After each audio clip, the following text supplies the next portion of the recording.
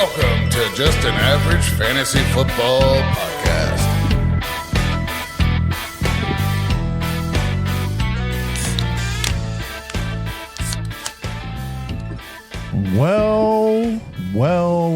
Welcome into Just an Average Fantasy Football Podcast. I'm your host, Daniel Hayes, with Matt Baker. That's me.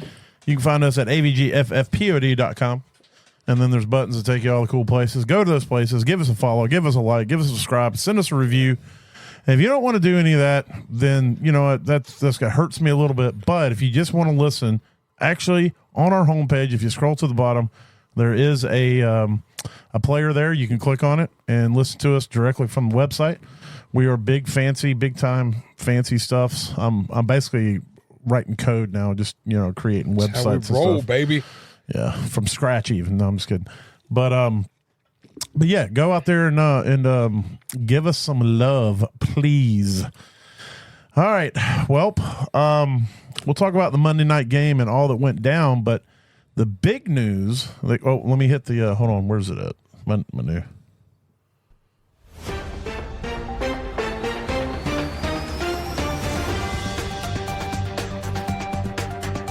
The New York Jets report today that Robert Saleh has been fired after just 2 seasons with the team. Who would have thought that was coming up? I think it was 2 seasons. Two seasons and 3 games. Yeah, somewhere in there. They say this is the first time that ownership since I think they've owned the team for a billion years. I think like the 80s, but which that's still crazy for me to think that like when I think of 1989, I still think that was 10 years ago. It was like 10 not long ago. Nah.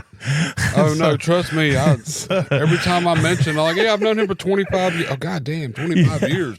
Yeah, somebody's like, hey, how long have you been working in construction? And I want to be like, I don't know, 10 years. And I think, 25 years now? Yeah. Anyway. It's been many moons. Yeah, we digress. But anyway, it's been many moons since this team, I think it's the first time ever since they've owned the team that they have fired a coach mid-season or during the season, I should say, not mid-season. But you can definitely tell that the attitudes there. I don't know if he's the reason, but he's the coach, and generally, it's the top that gets chopped when things don't look good. They're not going to fire Aaron Rodgers. They're paying him $45 billion, and if there is issues between the coach and the quarterback and the, whatever. Well, I guess the coach has got to go. So, hold on.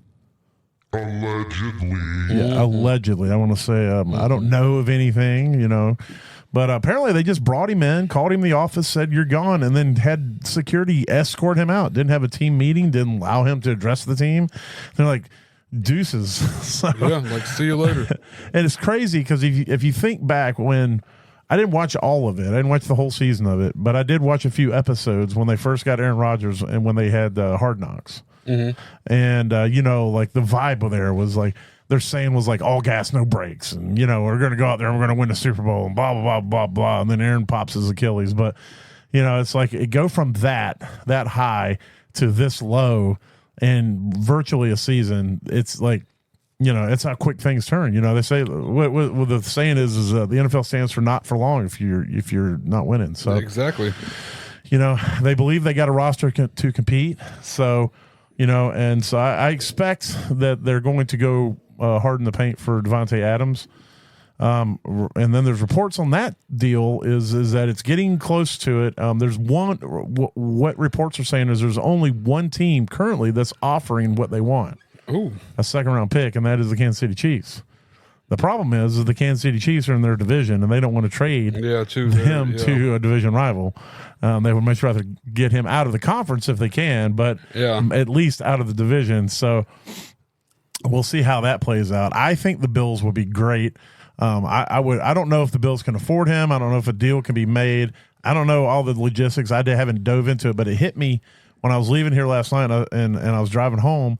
I was like, we talked about all the teams that should go after Devontae Adams, and not once did we mention the Bills. Never brought up the Bills. And I haven't heard anybody else really mention in the Bills. I mean, it's not rocket science. They don't have wide receivers. I'm sure somebody out there is, but in the circles that I operate in, I have not heard it mentioned.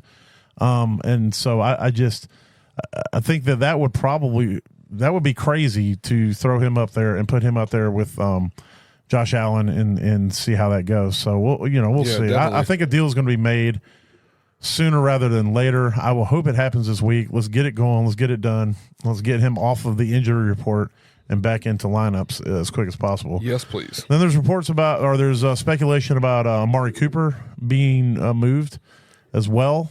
He's in the last year of his deal. He's a lot cheaper because they restructured it, so whoever gets him will get him at a bargain. So there's also speculation actually of Amari Cooper going back to Dallas. Oh, wow. And so, of course, Pittsburgh has been crazy, like wide receiver crazy since, back when Ayuk was potentially going to get traded. Yeah, available. And so Pittsburgh's obviously being mentioned in all these too. So I think that the Bills need to go after one of these guys personally. Either one I think will be great for that offense. Yes, that's true. And I do think Amari Cooper might fit that offense better. Just off of his skill set. They're both really good route runners, but that's like Amari Cooper. So he's like a professor of route running. Yeah. And so, but we'll see. We'll see what happens with it. I don't know if the Browns are completely ready to throw in a towel, but I think they should be at least a couple more towel. L's. Yeah, a couple more L's, and I think they're going to be ready to throw in the towel for the season and get something in return for Amari Cooper before the trade deadline. So we'll see how that goes. But yeah, it's a little shakeup. The defensive coordinator, I believe, was named the interim coach. I assumed that Nathaniel Hackett was going to be named because I figured this was a coup, being run by Aaron Rodgers to get his guy put in charge. But defensive coordinator, which means probably that Nathaniel Hackett's going to be the offensive head coach and the defensive coordinator is going to be the defensive head coach. Yeah. It's probably going to be some sort of a split. So the separation of power in that regard. But, we'll see how it goes. It's going to be interesting because if you look historically, the winning percentage of teams who make a midseason coaching change, the game immediately after is like pretty damn astounding. Yeah. But after that, it kind of falls off. So I don't know. We'll see how it goes. I expect this week that they're going to go out there and play a really good game. But we'll see. All right, so we'll move on from there to some stuff. We haven't got a ton of injury stuff yet, but we'll talk about some people that were limited today. Really only one that came across the wire as being limited was Kittle. He's dealing with a ribs issue with his ribs. Derek Carr got hurt last night. He's likely out multiple weeks. There's speculation that Spencer Rattler is going to be the starter. So we'll see. Jake Haener came in for Carr last night. It didn't look terrible. I mean, just to be thrown out there. Yeah, just kind of under the gun and kind of out there, yeah. Yeah. He made a couple unique decision throws and stuff like that, yeah. He did show off some mobility and whatnot, so. Yeah. Drake May looks like he's going to finally get the start. I brought it up yesterday. I said that I basically said I believe it's short term that Brissett's going to keep starting. I even said that, it could be as early as this week. So I was right. Give it to me. You got it. Yeah. Come on. Give me that. Get it. That's what I'm talking about. Yeah. Get it. Thank you. Inside information Appreciate you got. That. Yeah. I was talking to my insiders. Yeah. Me and Mac Jones were having lunch the other day. And as a former New England quarterback, he said, be on the lookout. But let's see what else we got here. Aaron Jones is week to week with a hip injury. They're obviously on. They're on a bye this week. Yeah, they're on a bye. So we'll see how that pans out. Jaylen Warren unlikely to be back for week 6. Also, Cordell Patterson unlikely to be back for week 6. So time to smash on that Justin Fields. Because we're not smashing. It's not on Najee. No. Wait, who they play this week? They play a pretty difficult team too against the run. I think it's going to be a pretty Denver maybe. I don't know. I don't remember. We'll talk about it in key games. We'll look at it there. Let's see. Rashee Rice. The Raiders. Oh, the Raiders. Oh, well, yeah. Rashee Rice looking at a 4-month recovery for his LCL. I think that's what it is. So, yeah, the LCL repair. Yeah. So, which means he would definitely be slated. He was having the surgery today, right? Still think they're or still scheduled for a scope. I think a scope was scheduled for today. Okay. I think right now they're like 99% sure it's the LCL, but they want to do a scope and confirm everything for sure. Haven't heard anything in that regard though. So yeah, I think that's everything there for the news. I think Tyreek Hill just had another baby with another woman. I mean, we can't be wrong. Is that serious? No, just a joke. Allegedly, just stirred it up. You know, since we're in the news segment. Allegedly. Total joke. Yeah. Let's see. All right. Well, from there, let's roll into the Monday Night Breakdown.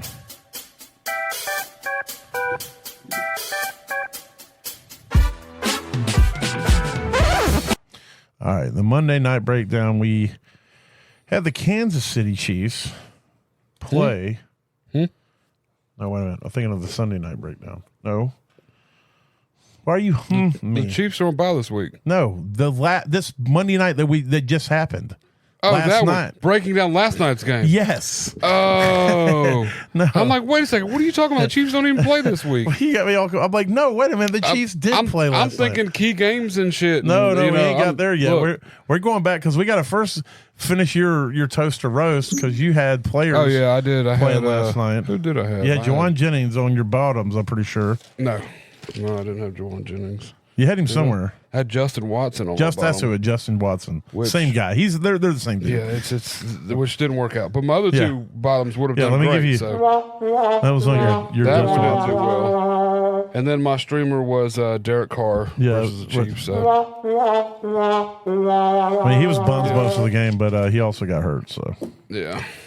But the game itself was pretty damn boring, to be completely honest with you. Super boring. The most exciting thing was the Travis Kelce lateral to try to get the first down, where he lateraled the ball to, oh my God, let me click over here, to Samaje Perine. There it is. He did the old.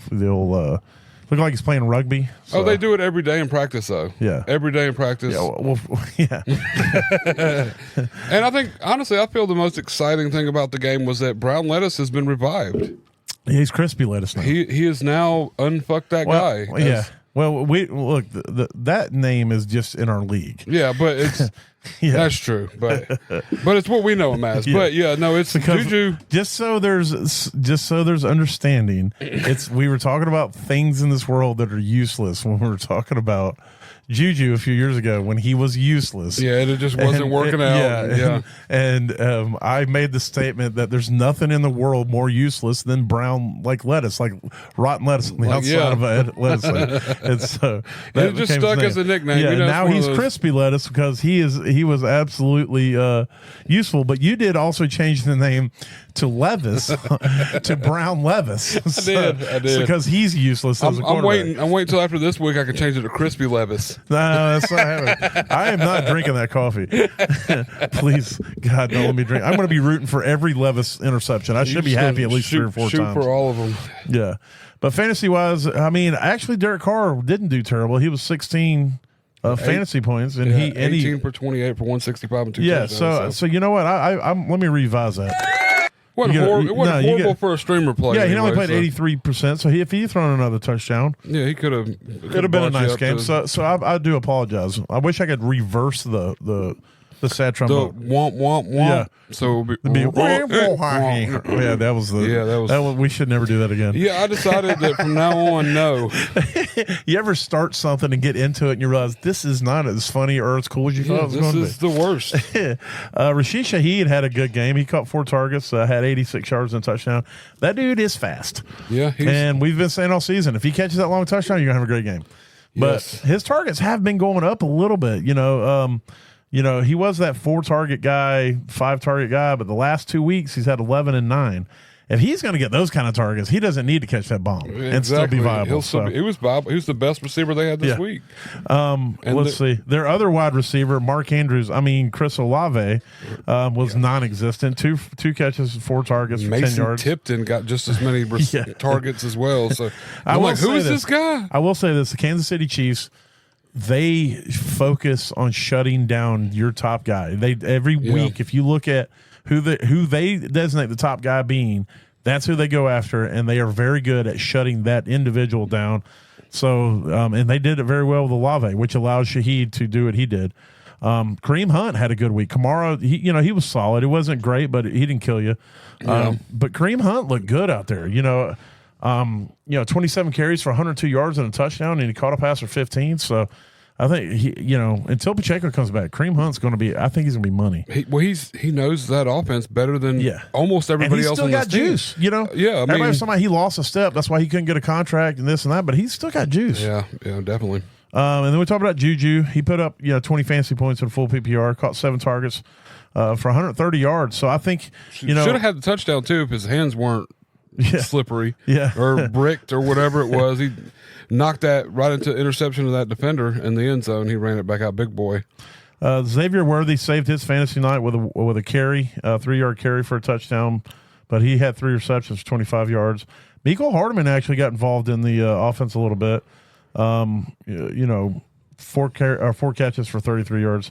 Kelsey back on the top of the tight end place or landscape where he needs to be. It wasn't like a amazing night, but it was a damn good night. He caught 9 catches for 70 yards. So in a full PPR, you're super happy. We need to get those touchdowns though. That's where we're hoping for at some point. And he was virtually non-existent in the second half. Yeah, because I was in a league where I needed about 8 more points out of him at halftime, and I didn't get any of those points. I don't think he caught a ball in the second half. If he did, it was only like 1 or 2 at most. And the second half belonged to Juju. So I'm hoping that's not, prescriptive for the future, where Juju now is going to start taking over those intermediate passes and whatever. So anyway, so that's it. Yeah, like I said, I thought it was a pretty boring game. The Chiefs, they're not an exciting team anymore. They're not a downfield passing team. Mahomes isn't out there throwing for 5 touchdowns. Their defense is just so good that he just plays within what he has to do. They don't press, and it sucks for fantasy, but it's great for them. Obviously, they're 5-0, so exactly. And they're trying to get another championship. So what we really need is for a few key defensive players to be injured, so that defense starts falling apart. Yeah. And if they can start giving up 25 to 30 points a game, then we can maybe get some of the old Mahomes magic going again. Yeah, something needs to stir up. But I think as long as this defense is solid, this is what we're going to get. This is it. Yeah. Yeah. So 2 touchdowns and 4 field goals. Yeah. Yeah. Mahomes didn't even throw for a touchdown either. So. Nope. All right. Well, from there, let's do. Let's see. Yeah. Let's roll on to give me something for key games. Okay. Yeah. You ain't to turn my damn thing on. All right. I'll give us something for the key games. Let's see. What do we got? What do I really? All right. That works. So we'll talk about some key games this week. The first one, Thursday night game we're going to kick off. It's going to be a pretty good one, I think. You got the 49ers, 2-3 at the Seahawks, 3-2. So the 49ers reeling a little bit.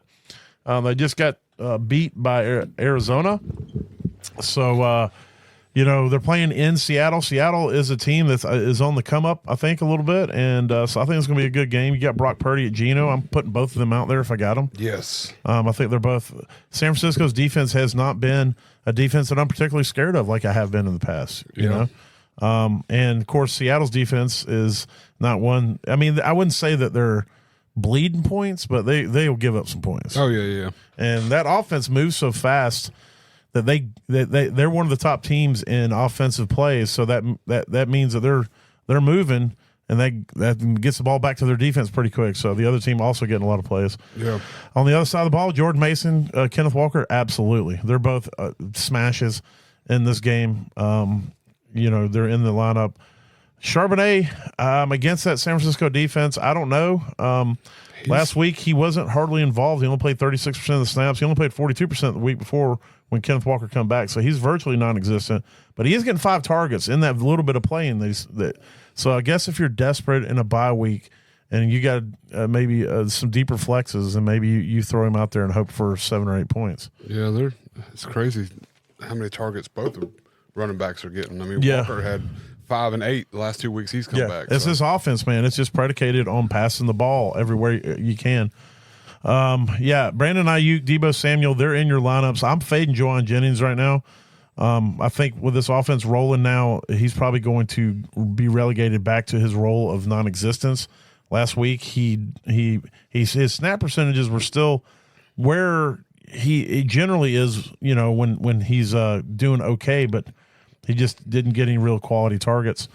DK, yes. Jackson Smith and Jigba, yeah. Tyler Lockett, I'm a bit concerned. He had a pretty decent game week 5. Actually, now that I'm looking at it, he's been a wide receiver for 3 weeks in a row in a full PPR. So that's not terrible in a flex position. And he is still getting pretty solid targets. It just doesn't seem like he's involved. I guess because he's not getting touchdowns. Well, in one of these games, he's going to get a touchdown. He's going to break. He's going to get one. So you kind of want to hold out hope that it's going to happen. Yeah. I mean, he's still earning targets. If you're playing him, if you're riding with him in your flex spot, you've been doing it this long, I don't think it's going to hurt you to keep playing it. Yeah. And eventually you're going to get that touchdown. So he's had at least 6 targets in every game but week 2. And then the other 3 weeks that aren't week 2, he had over 7. So yeah, he's still earning targets. So I guess I'm not scared to play him in a flex if I have to. At tight end, I play Kittle. I'm not. I don't know, man. Like Fant is like if you're desperate, he's hit or miss. It's severely hit or miss. As much as they pass the ball, you'd think they would use these tight ends instead of putting all the workload on the running backs, but they kind of. The dump offs end up going to the running backs way before the tight end. He had the one game in week 3 where he caught 6 for 6 for 60 yards, but since then he just hasn't done anything, and so it's literally a dart throw. Yeah. So, all right. So let's roll on to just so everybody knows, there is a Sunday game abroad at 9:30 on Sunday. It's going to be. We're not going to talk about the game too much, but Jaguars.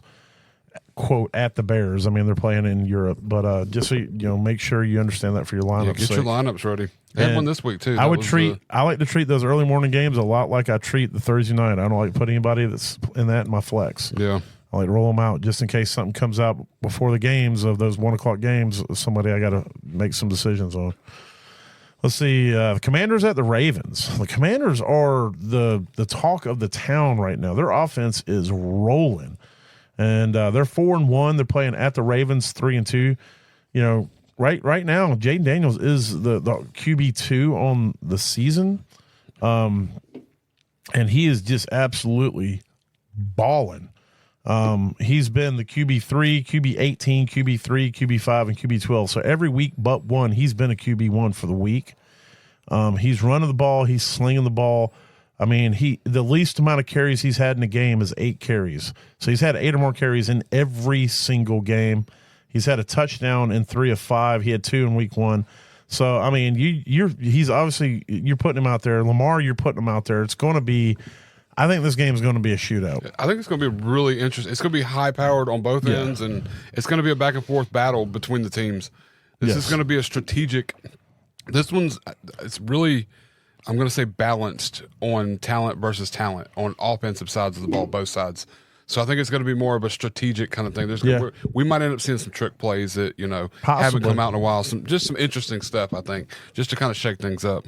You're playing Brian Robinson. Brian Robinson currently is in a full point PPR. He is the number 9 quarterback on the season. Running back. Thank you. Austin Eckler. I'm willing to throw Eckler out there. He looks great. He's fast. Yeah. He had 67. He's in the last 2 games that he's played, he's averaged over 11 yards a carry. Mm-hmm. And so I'm definitely willing to throw Eckler out there. Derrick Henry, absolutely, and then Justice Hill. Again, we talk about dart throws. He's a dart throw. Yep. You look at the fantasy points in a PPR. He had 11.5, 5.2, 7.4. That's not bad. 21.6, and last week he had 3.5. Mm-hmm. And so you gotta. I was watching. You remember that play where Lamar fumbled the ball, had to go down, picked it up, scrambled to his right, and slung it into the back of the end zone? Yeah. If you watch that play, Justice Hill leaks out to the left side, and he's wide ass open going down the sideline, calling for the ball.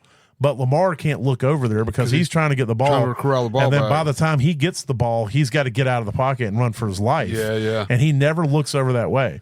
Had that been a clean pass or a clean, snap, and he got the ball, that could have been a Justice Hill touchdown, and it would have completely changed everything. Oh yeah. And so he was right there, and he might have been who the play was designed for. But those are things I look at, and I'm like, he had a bad week, but dude had opportunities. And he's just definitely used. His percentages are there and all that good stuff. Terry McLaurin is absolute start right now. You have to play him. He's the wide receiver 24 in full PPR, but you got to take into consideration the first 2 weeks they didn't have it going, and since week 2 he has been absolute money. Yes. You look at week 3, 100 yards and a touchdown. Week 4, 52 yards and a touchdown, and then last week he had 112 yards. Did not have a touchdown. So they got some sweet music going with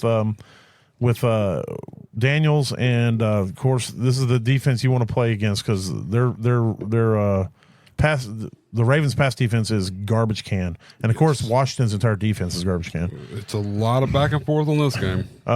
I guess Zay Flowers, yeah, you're playing him. Rashad Bateman's been his usage ramped up a lot last week. We had 2 targets in the red zone, and one actually was a touchdown. Yeah. So. Well, plus he had 8 targets total, caught 4 of them for 58 yards. So, yeah. I think that's good signs. You're still throwing him in a flex and hoping for the best if you got to play him. What about the other receivers on the Washington side? I mean, it's like no one is really kind of stepping up to claim that number 2 role yet. We'll talk about Luke McCaffrey on Baker's bottoms a little foresight, but yeah. Okay, well his snap percentage did go up about 20 points last game. I don't know if that's prescriptive for something or what. That's part of it. I think it's kind of they're building him in and working him up, and he looks cleaner. There was a lot of times when you just saw him open, but Daniels was running for his life. Their line's a little not sus, but it doesn't give him the time that he really needs. But I think things are slowly starting to work themselves out. He's going to be a bigger part of this offense. I mean, I still got that thing out there that says, did I say Luke McCaffrey was going to be wide receiver 3? I think it was something like that, yeah. Or better, but before the end of the season. Before the end of the season, and I think we're progressing in the right direction for that to be true. Yeah. Now's the time to grab him. Listen, that was on the hot take episode. Just so everybody knows, all right. It was, yes, definitely. Zay Flowers, we talked about him. He's looking good. Rashad Bateman, yes. Zach Ertz, yeah, you're putting him out there. I mean, the dude's solid. He did have a down week last week. I mean, I'm not expecting a ton of upside. But he at least had 8 targets last week. He only caught 2 of them, but the opportunity was there. And we'll talk more about him in a second. Mark Andrews, I don't know. I don't know what to do with these tight ends, to be honest with you. In this game, play them. You're going to, pick one. Take your shot. Plug and put Kohler out there. Who cares? Yeah. I mean, it's crazy. Put Kohler out there. It's just as big a gamble to put Kohler out there as it is to park Mark Andrews out there right now. And Mark Andrews had 5 targets this last week. Yeah, Kohler's only playing 27% of the snaps, but in the 27% last week, he got 4 targets and caught a touchdown. So he even ran the ball one time for 2 yards. I mean, what the hell is going on? Who is this guy?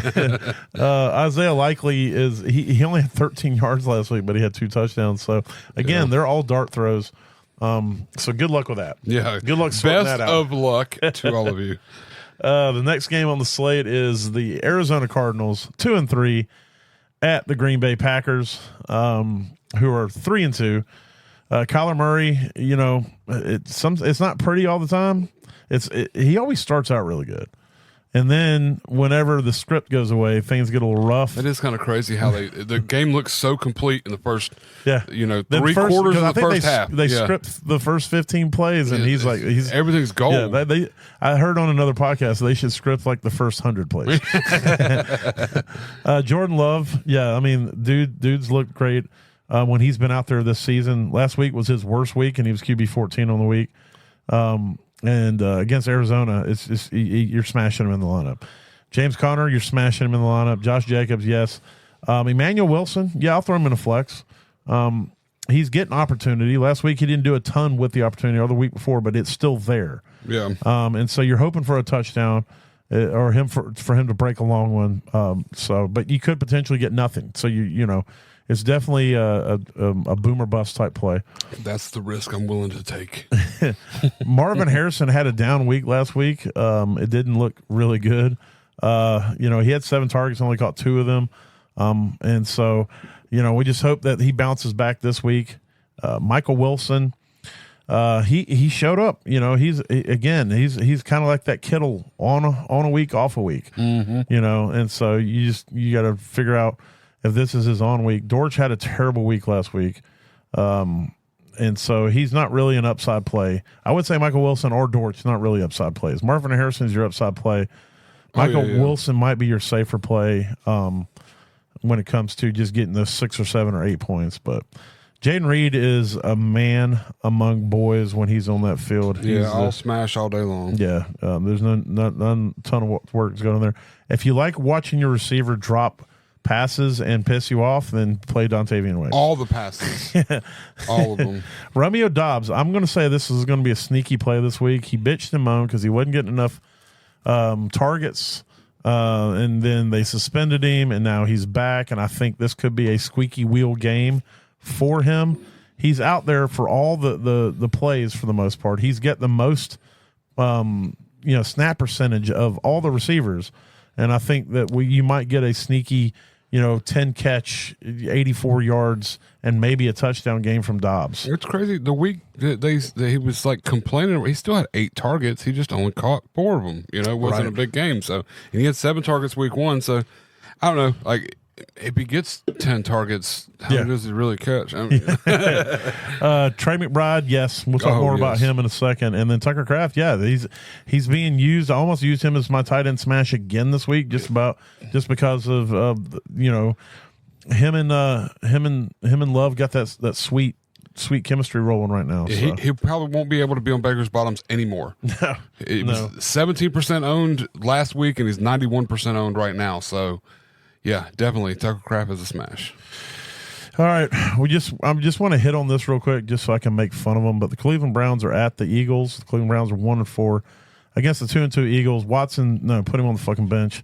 He's garbage can. Jalen Hurts, he's in. Jerome Ford, he's in. Saquon Barkley, he's in.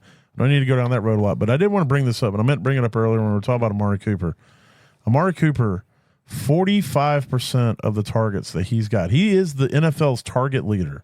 Okay, on the season, 45% of his targets have been deemed uncatchable.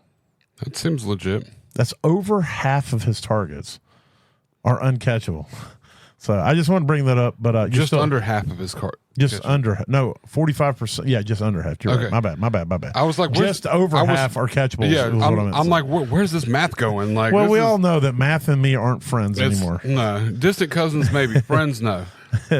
And then A.J. Brown is expected to return in week 6. Him and Devonta both are supposedly expected. They're supposed to be getting their guys back there. That's good. Yeah, that's good. And Njoku, I doubt he's going to be out there. And then Goddard, you're playing him. Yeah. But I wanted to bring up that point about his uncatchable targets. Let's see. Let's go talk about. Let's give them something to talk about. Let's talk about the Detroit Lions 3-1 at the Dallas Cowboys 3-2. You're putting both Goff and Prescott in. You're going to do that. You're going to be pretty happy probably with the results of that. You're playing Gibbs. You're playing Montgomery. They're both right on the cusp of being RB1s in a full PPR. I think in a half-point PPR, Jahmyr Gibbs is an RB1, although maybe not because they're coming off their bye. Before the week. That's right. That's what it was. Yeah, but he's currently the RB14 on the week. And David Montgomery is currently the RB16. So, they got knocked back because of the bye week. But you're putting both of them in. We'll talk more about Rico Dowdle. I'm going to go ahead and a little foreshadowing. I would fade him this week if you have better options. But he is the dude there now. He had a good game last week. He still only played 50% of the snaps, but he ran 20 times for 87 yards and then caught 2 passes. That's pretty good against Pittsburgh, though. Pittsburgh's pretty tough against the run, so. Zeke has been relegated to the back seat. He's a water boy now. Yeah. You're playing Amon-Ra, absolutely. Jameson Williams, let's go. Yes, please. And then I'm not touching any of these other wide receivers. CeeDee Lamb, yes. Jalen Tolbert, yeah. He's what Cooks was. So if you would have played Cooks, play Tolbert. Exactly. And Turbin is an extreme dart throw. He's more of a DFS play. But if you're in a super deep league and you need a potential upside play, he's the dude that can get a ball anywhere on the field and score a touchdown. And it seems like they're using him more as the third wide receiver. Currently, Brooks is somebody I've been picking up a lot of in Dynasty, just in case he starts getting more utilization because he's more of a prototypical wide receiver. Whereas Kevontae Turbin is a electric guy. He's only 153 pounds, so he's not going to be out there a ton of snaps. He's not somebody that's going to play 90% of the snaps and get 12 targets in a game. Yeah. So, you know, there is value to be had if somebody steps up and solidly plants themselves as that third wide receiver, and Jalen Brooks could do that. So he's somebody you need to monitor, and he's somebody I would pick up in Dynasty just to, again, dart throw seems to be the phrase of the show. Right. Sam Laporta, yeah, you're playing him. Jakey Fergalicious, you're playing him. Yes. So yeah, those guys are in this tight end world. Those guys are absolute smashes. All right, the Sunday night game is going to be the currently 1-4 Cincinnati Bengals against the 2-3 up and coming New York Giants. Joe Burrow and Daniel Jones. I'm playing both of them. We'll talk more about Daniel Jones in a little while, but yeah, I'm playing both of them. Cincinnati's defense is garbage, and the Giants' defense is fairly solid, but Cincinnati's offense is high-powered enough they can overcome that. So Chase Brown's money in the bank. I don't expect Zach Moss to play this week. Yeah, he's dealing with something. Well, they say believed to be okay, but either way, ankle or something. Yeah, but either way, I think Chase Brown has become the lead guy in the timeshare. So even if he's back, I don't expect Singletary to be out there. And so it's not sounding good on his growing. So I think Tyrone Tracy's going to get another start, and he looked pretty damn good out there. So he looked very good. Jamar Chase, T. Higgins in your lineup, absolutely. I'm not going to play any of these other guys because they're inconsistent as balls. Yoshivas, I guess, if I'm desperate. That's going to be hopefully a touchdown. He's just like that emergency. We need a first down. Yeah. Go get open. When T. Higgins was out, Yoshivas was money, but T. Higgins is the dude. And like you said, he's basically the tight end and second wide receiver for them. Exactly. Excuse me. Malik Neighbors, yes. Wan'Dale Robinson, yes. Darius Slayton, if you're desperate. If Malik Neighbors doesn't play. But he's going to play. He was out for the concussion. He'll be back this week, I'm sure. Gesicki is so hard to predict. I don't know. I mean, if you're getting 5 points out of tight end and you're super desperate, throw him out there. Eric All did not perform the way. As soon as I jumped on the Eric All train, the train stopped. Yeah, it said, we're done here. Everybody off. Everybody get the fuck off the train. And then I'm not playing any tight ends currently for the Giants, although Theo Johnson's somebody you should keep an eye on. Especially in Dynasty. I kind of went and picked him up a couple places just because his usage is up, and he's getting some targets. He is a rookie, so and he is a pass-catching tight end. So if he's going to be used, it's going to be in the passing game. Yeah. I mean, he had 5 targets last game, caught 48 of them, 48 yards. So he's playing over 75% of the snaps in every game except for one this year, 71%. So I mean, he's out there all the time, and that's all you really need is opportunity. So yeah. All right, especially in the tight end landscape. I mean, that's a sneaky DFS play in my opinion. Somebody that's out there 70% of the game. Yeah, and can be a the opportunity is there. All right, the Monday night game is the Buffalo Bills, who are still 3-2. Yeah, this is stupid. Against the head coachless Jets. This Josh Allen and Aaron Rodgers. I mean, they're both in play for me. Yeah. Especially Josh Allen. You can't bench Josh Allen. Yeah, no. He's had 2 down weeks, but I can't bench him. Mahomes has taken a year and a half for people to finally say maybe I should bench Mahomes. So it's going to at least take me a season, half a season for me to go, maybe I should bench Josh Allen. Yeah, well, and I don't think the second you look to bench him, it's going to be like, well, they're playing Miami. Maybe I should wait and just see what happens. And it's going to be that, well, they're playing this team. Maybe I should just wait. Yeah. Oh, well, wait, they're playing this team. Maybe something's got to, Sean McDermott is a top-tier head coach, and he's not going to sit back and just allow what is going on with this team to continue to go on. He fell on the sword for that play, that series where they were in their own end zone and they slung it downfield 3 times. He said that was his decision. Yeah. I'm not saying he's lying, but I doubt it was his decision. Yeah, but he's at least coming forth and like you said, he's standing up as a head coach should. Taking He's like, look, that was as me. a leader should. That's my bad. We're gonna fix that. Blah blah blah, and that's good. Yeah. That's what you need. I expect even against a tough defense, I expect Josh Allen to go out there and remind us all that he is Josh Allen. Aaron Rodgers against this Buffalo defense who bleeds points to the quarterback. Yeah, I think he's going to be invigorated.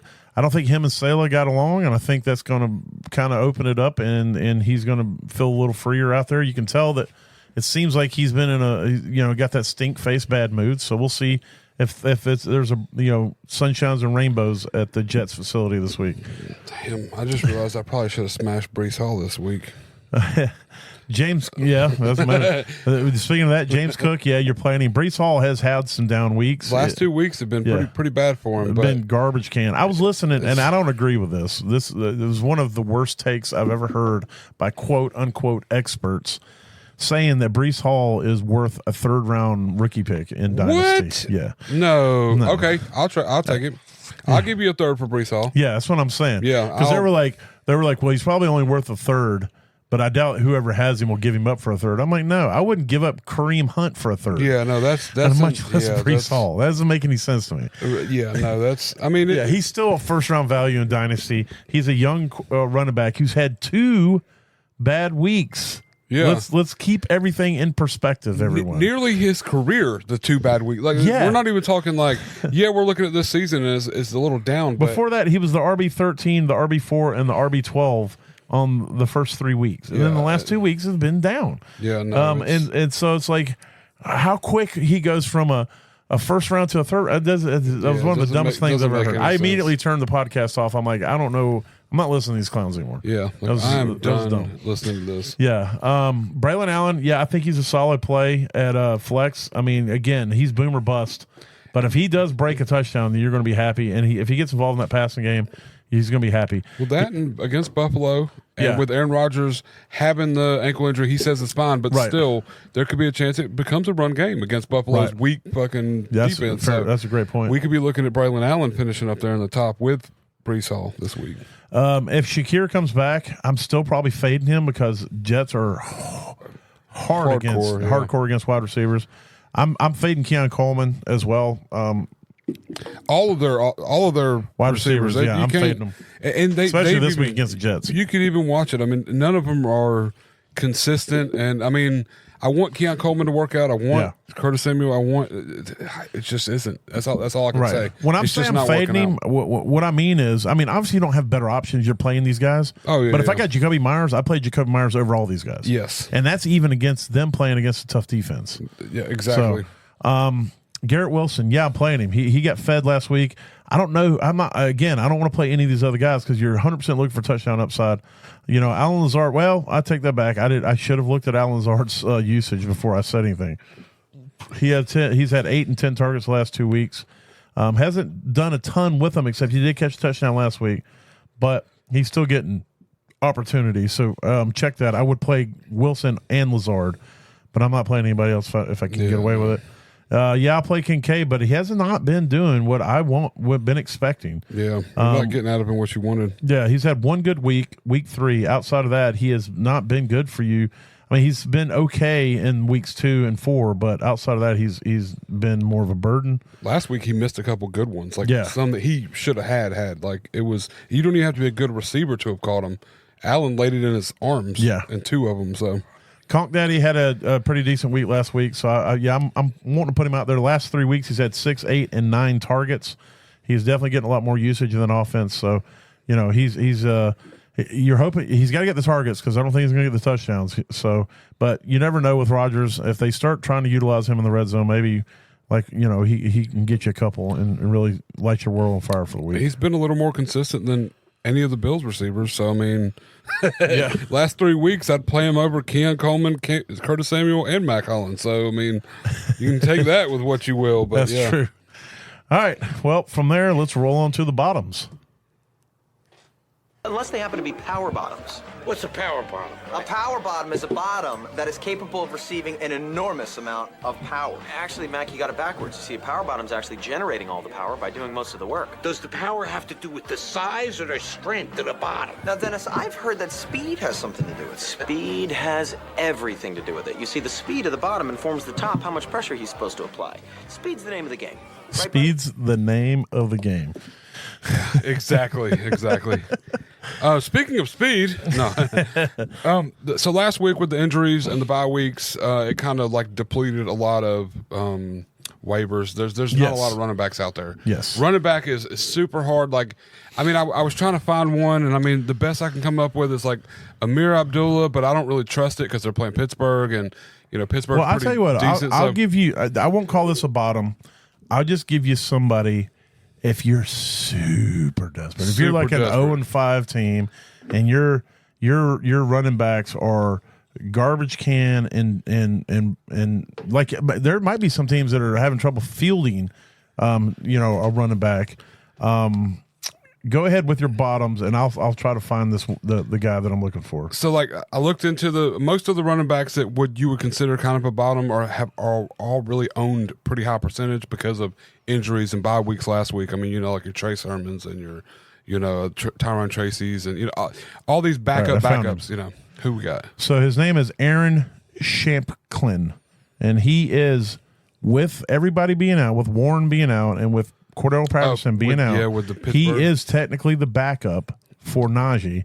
Last week, he only played 19% of the snaps, but he had 4 carries for 14 yards. And then he had 4 he was also the kick returner. He returned 4 kicks, but he scored 5.84 fantasy points in a this league you get a half a point per carry in this league. Okay. Yeah, so you got an extra 2 points. Right. So in a regular league, he only gets you 3.5 points. Yeah. But he's somebody, if you're, like I said, this is the nasty of the nasty. You're digging in the juices of the bottom of the trash can, looking for something to sustain you. And so that's what you're looking for. And if you're that desperate, you're absolutely on your waivers. Definitely taking a shot. It's going to be. And here's the thing: I'm in a dynasty league. He's in your superplex, right? He's not yet, but he's on my bench because my team. I have very little depth. Hey, I played Trey Benson and Emery Demercado in my starting lineup last week, and and I still won. I had a team. Tell me how that worked. I had to play Kenneth Gainwell. Oh, I feel you. So I'm just saying, for you dynasty guys out there, that might be somebody you can go grab if you're super desperate. Look, I'm not expecting anything, but you never know. He got 4 carries last game. If one of those carries he breaks free for a touchdown, then you're doing cartwheels if he's in your lineup. Or if the offensive coordinator's like, oh damn, did you see that? Like he did something that just maybe he gets 8 carries this next week and it turns into, God forbid Najee gets hurt. If he gets hurt, that guy's going to be the guy for the rest of that game. Exactly. So he could easily be all of it. So I faded running back this week. All that to say that. Yeah. I went with that 2 wasn't wide an receivers. official Baker bottom. That was a Daniel's bottom. That was a Daniel nasty. No, we'll see. There's got to be some. Well, we'll figure out the alliteration. We'll figure it out later. But yeah. But yeah, so I looked into we're doing a flex episode this time. I'm looking at Luke McCaffrey against Baltimore this week. I think Jaden Daniels is just opening this offense up. We know Scary Terry, but there's nobody that's the number 2. Nobody saw. I mean, Ertz is the number 2 right now, but there's nobody that's like lighting the world. He's not even lighting the world on fire. No. And Luke's been progressively getting a little more gameplay, and I think they're kind of working things out a little more consistent than this last week. He's a raw wide receiver too. He's only been playing wide receiver for 2 years. In his life. So in college, and it was at quarterback Rice or something. Right? He was a quarterback before that. So he's still learning the position, but he's accomplished a lot in a very short period of time. And he's a McCaffrey. I mean, like, you can't take that away from him. And he's only owned in I don't even have the number here. I think it was 8% or 7%. In redrafts, it was really low. So I mean, this is a guy you can go pick up, and I mean, he got 5 points last week. He can get you 10 or so this week. So just to give a little insight into what percentages are you looking at for your bottoms? I try to stay below 15%. Okay, that should give everybody an idea. The whole idea of this segment is desperation plays. This is you're working the bottom and trying to grab somebody that might have a little upside that no one else is looking. Nobody else is looking at. And last year I tried to work it 11% and lower, and then I realized you did way too deep. But 15's where I've been at this year. Yeah, and you think it's worked out. You think about some leagues where you're in a fab league where we're getting in those weeks now where people run out of fab. At least I am, because I spend my fab like I spend my regular money. You mean you still have fab? It's week 5, man. We just finished week 5. There are some leagues that I still have fab, but not a lot. But if you're in those leagues, I'm in a league where I have $26 of fab left. and it's a minimum dollar bid. Oh yeah, you got to And definitely so hold on to that. I can't go dumping the rest Yeah. of. And so I went in and I was like, I would $1. go look and see who was. I was looking to see who was available. And I'm like, well, how am I going to get that guy? Yeah. So I went ahead and scrolled down a few, and I was like, I'll put $1 on this guy. But yeah, And exactly. so these are the Put kind of $1 on guys that. that I'm going after. Exactly. So, and I like I said, I think Luke McCaffrey's he's poised to be part of the offense a lot more, Right. And it's progressively getting better. So, it could be a big week for him. Next is, and this is what he is in this offense, and the offense has been floundering all year. Demario Douglas for the Yeah. Patriots. They're fixing to start Drake May. Yep. And I think personally, outside of Ramondre, the most solid piece of offense they have is Pop Douglas. Yeah. Jacoby Myers is back, and he played last week and looked pretty good. But I mean, I don't know where the relationship's going to fall between all these. Yeah, Jalen Polk also And sneaky. Polk's kind of been in and out here and there, but Demario Douglas has owned less than all those. Yes. It's crazy enough. He's That's 12% crazy. right now. So Polk was like 15%, I think. Yeah, so yeah. I went with Demario. No, I think both of them Because- could technically be on the radar, but Demario Douglas is a target earner. Yeah, and he's sneaky good when he gets the ball. I'm not saying he's a diva, but based off of things I've seen, he is the most vocal on that field. So he's somebody who's going to be saying, "Hey, he could be, or he could be a ball." leader too. Like he could be out there. And I'm you know, not that's- saying this is a bad thing. Yeah. I No, don't want to definitely. misinterpret it. A lot of times these wide receivers, they need to say like what I don't have a problem with Pickens saying whatever Yoda's saying like, he had under his eyes. Yeah, exactly. I don't have a problem with that as long as he goes out and plays as hard as he can play, regardless of whether he's getting the ball or not. Because that's how you got to go out there and you got to demand targets. You got to say, "Look, I'm open." Yeah, look, now if this you're demanding is what I targets can and you do. aren't open, then shut the fuck up. Yeah. But if you're Exactly. open, get me the damn ball. So anyway, go ahead. And then so Demario Douglas, and then this next one, super deep, owned in 6%. They're playing against Atlanta this week, Carolina Panthers.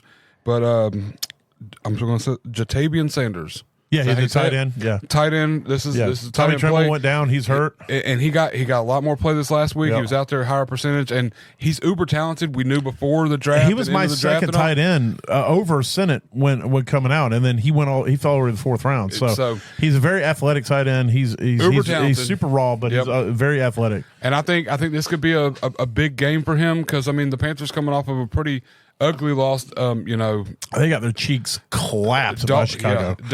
Dalton didn't look too big dick out there. No, Chicago's defense is really solid, but Kinda they laid it down, got yeah. collapsed. And they're playing against. This is a division rival. They're playing against the Falcons. they know them, This yes. is going to be a game. And it's at home. gotta It's be. in Carolina. So, So I'm hoping for a big game, and I'm hoping this could be a shot where he ends up getting 7-8 hey, I'm targets. playing Sanders in a few dynasties, so I'm all about that. I think it's going to be a good week. I think it's Yeah. going to be his best week this year. Now that could be if he gets 5 points, it's his best week of this year. Hey, But I'm just saying, I would like, absolutely love 5 points. I from think him. it's going to be his best week this year. Because if he gets 5 points in a regular league, then in these tight end premiums, he'll get me 9 7 or 8. Yeah, 9, exactly. You're getting money on it then. Yeah. Yeah, well, hit him again because I talked over. No, you're good. Luke McCaffrey playing against Baltimore this week. Demario Douglas, Pops Douglas, whatever they call him, and Jatavian Sanders. Man, Yeah, love it. All right, let's hit them don'ts. No, God!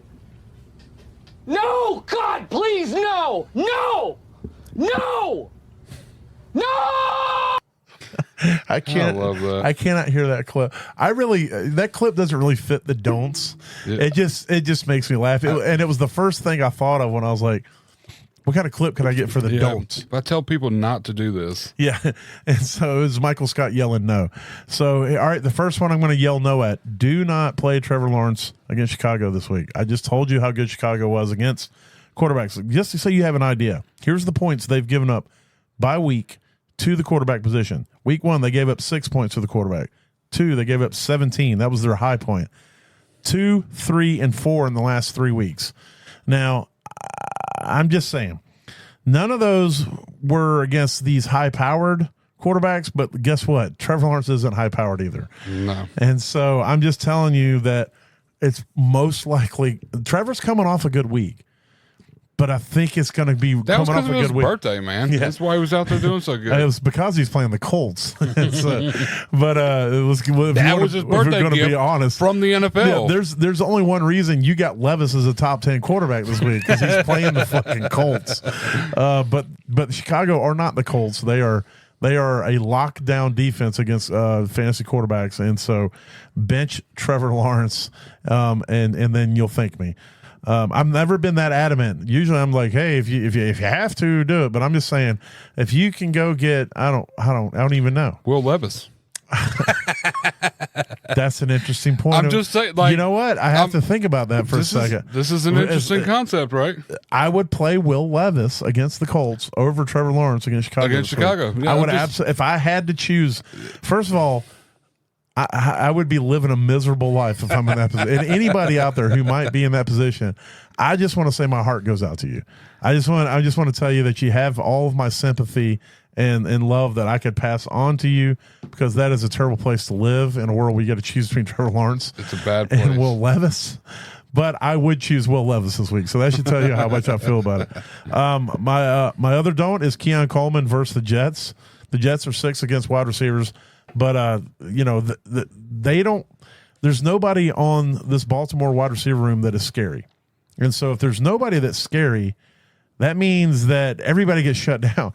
They don't have to like if they had one guy that they could focus on, then maybe Keon Coleman shows up and says, all right, I can get some play.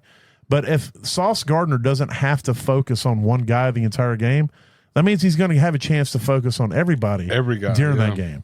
And so Keon Coleman, and here's the thing, if Shakir doesn't play, Keon Coleman will get the sauce treatment. He'll get sauced. Mm-hmm. And I'm just saying that bench Keon Coleman.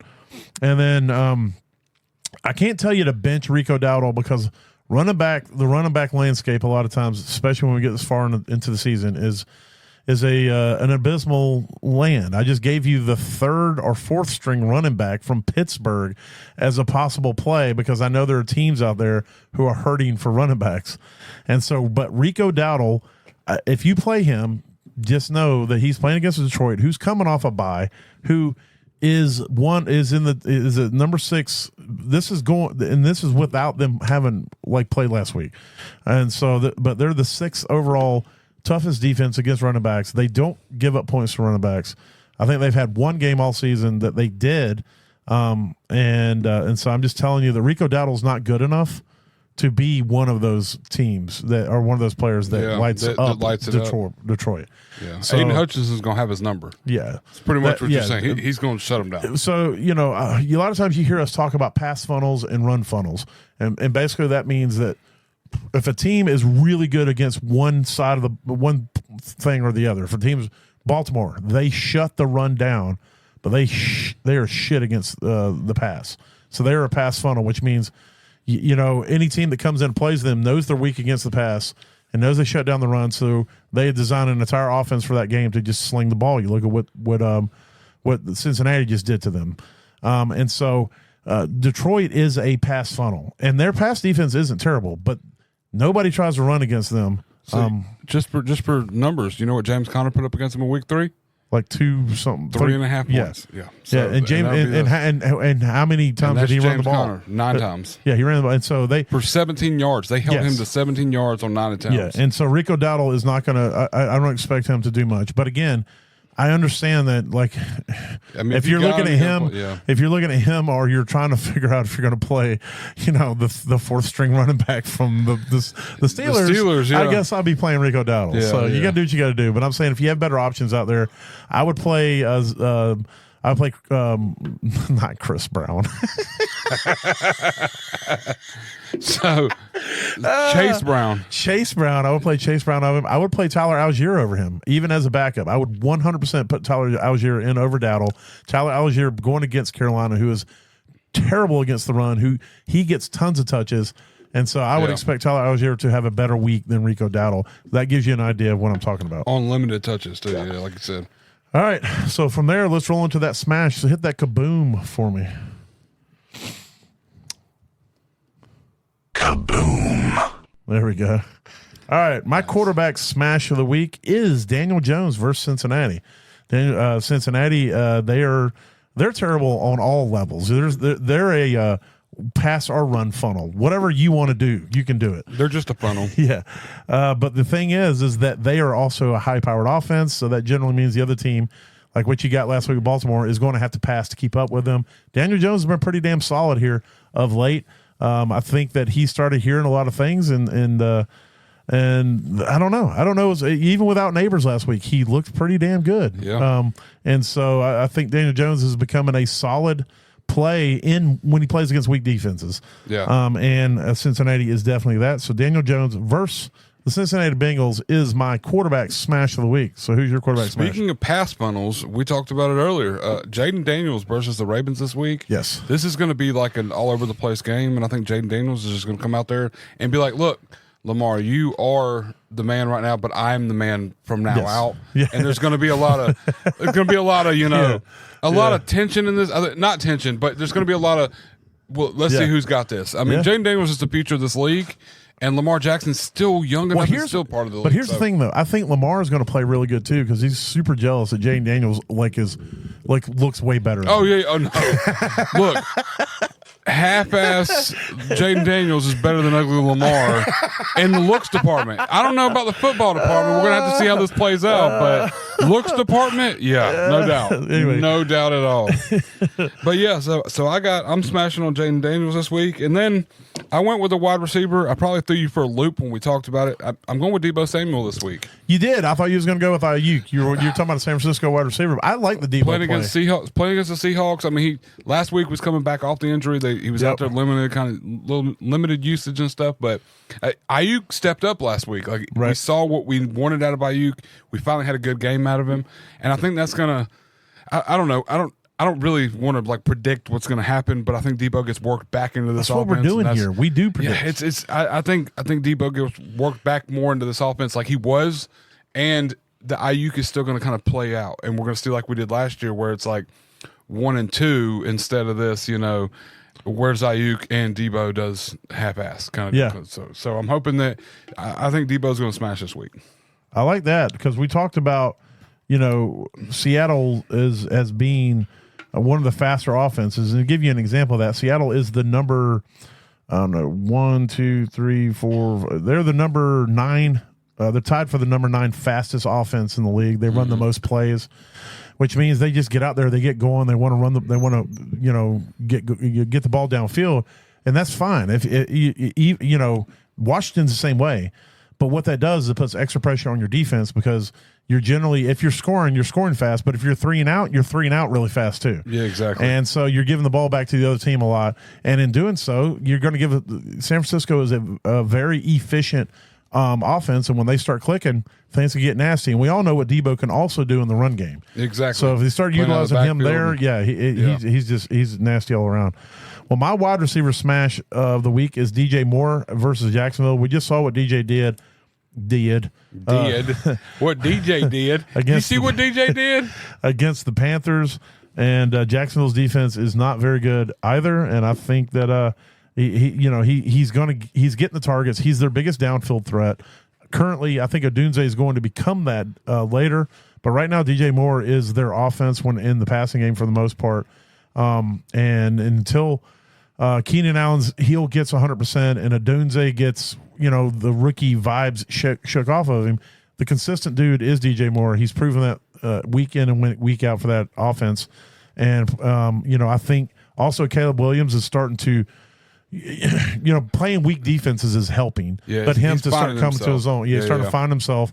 He's had 2 really good weeks, and this could be another really good week against Jacksonville. And then my running back smash of the week is David Montgomery at Dallas. Again, we're talking about funnels. Dallas is a run funnel. They're really a run funnel just because of how weak they've been against the run. But they're not super tough against the pass, but they're tougher against the pass. But I don't know that Micah Parsons is going to be back this week. They're still missing Lawrence on the end, so their front core of their defense is still a little banged up. And I think the way that the offense gets going and runs that ball, David Montgomery is a hammer, and he may not start out great, but he'll finish solid. And I think that game is going to be, I'm not going to say Detroit's going to blow them out, but I think Detroit's going to have to run it out at the end of that game. Yeah. And I think David Montgomery is going to be a big part of that. I like that. I like that a lot. I'm smashing another one in this crazy enough. Panthers game. We talked about one of the Baker's bottom. Target them. This is you want to get a piece of this game, but Bijan Robinson. Everybody's talking all this trash about how he's not being utilized properly and his usage is down. And they had a big ass game playing against the Bucs this last week, and they didn't use Bijan like they should have, and he wasn't efficient. And I don't know. Y'all are all gonna get your mouths like just slammed shut this week because Bijan is gonna fucking eat against Carolina Panthers. Yeah, and it's gonna be nasty. This is that microwave society, man. Everybody's like wanted Bijan, and I get it. We're 5 weeks in. Yeah, I want Bijan too, but he's not. He hasn't been doo-doo Browntown. Yeah, he hasn't killed you. Yeah. But this is going to be that week where everybody's like, offense is still trying to figure things out, and you can't just tell Tyler Algier to go sit down and keep it and not do anything. Yeah, no. So he's going to be utilized. What we need from Bijan is for him to break a few. That's what you need, and that's going to happen. This Panthers defense, he's going to get a couple, and it's going to be like 16 yards, 21 yards, 32 yards, and he's been on the cusp one of them's of going to be a touchdown. Yes. Oh yeah, he had 2 good breaks against the Bucs, and the Bucs aren't no schlubs against the run. No, so they're one of the tougher teams. He had some good. He was also on the injury report coming into that game, so he was dealing with something too. So everybody's all in this. So I think it's going to be like the wake up game. People are like, I'm going to sit him this week. I mean, I watched some stupid trades in some group. There's no way. Don't even get me started on the trades I've seen. I saw a trade. Bijan? I saw a trade straight up Bijan for Zach Moss. What the? In a redraft. No. Yeah. No. Straight up. What? Yes. Please tell me that was 2 weeks ago. No. That's the most. I would be more inclined to trade Bijan straight up for Chase Brown, which I would never do. But before I would do Zach Moss, just 100%. personally, just 100%. personally. But yeah, no, that's. It was before insane. this. It was before this past week. Okay, but I mean, even still, like it's still crazy to me because we all saw the Chase Brown kind of working his way in this, and it's pretty soon they're gonna be like Zach. When Moss you say we all who pay attention, people, exactly. All right, so Bijan, I'm smashing Bijan Robinson this week. It's going to be a big week. I hope so. And then that'd be awesome. Coming off a bye, a little bit of injury before the bye, was questionable to play last time, but Sam Laporta playing for your tight they're end. playing against Dallas this week, and I just like you said, the Lions are going to go out there, and I think this is going to be a first half, and we'll know definitely he's going to have big points in the first half, and they're going to have that lead, and they're going to run it out with David Montgomery, but Laporta's still going to be part of that first down. Yeah. They got to get that first down, and if David Montgomery does get stopped, Laporta will get the first down. Montgomery will be right back out there again. Yeah. So I think them coming off the bye against Dallas is going to.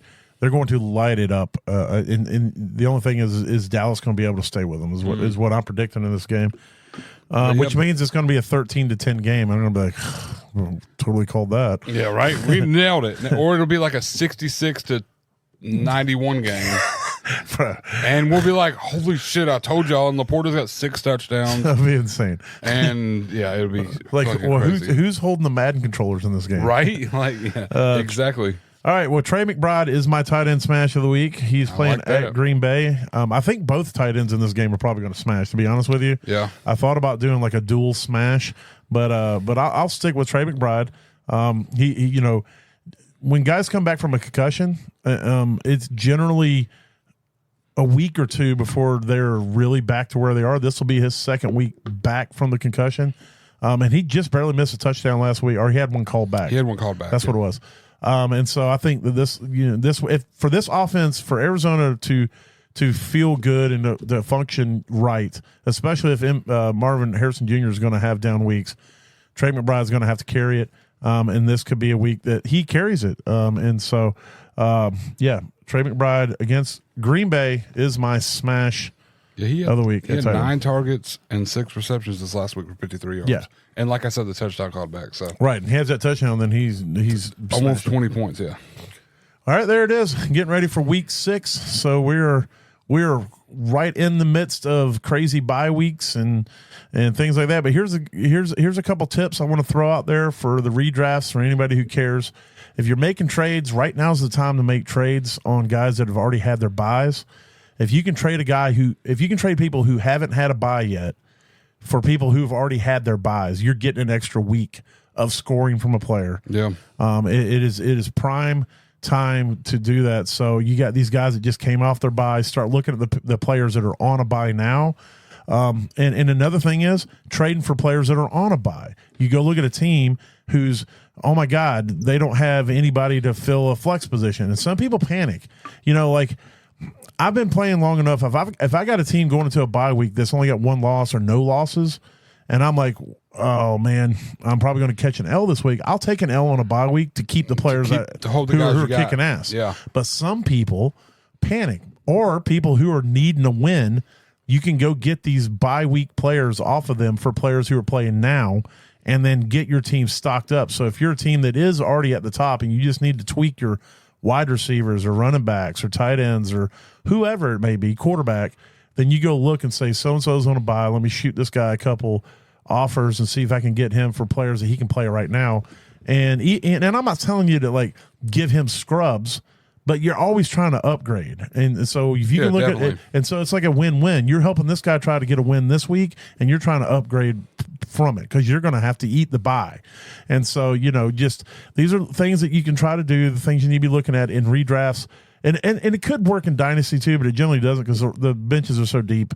Yeah, it is got what it is. somebody something. But Yeah.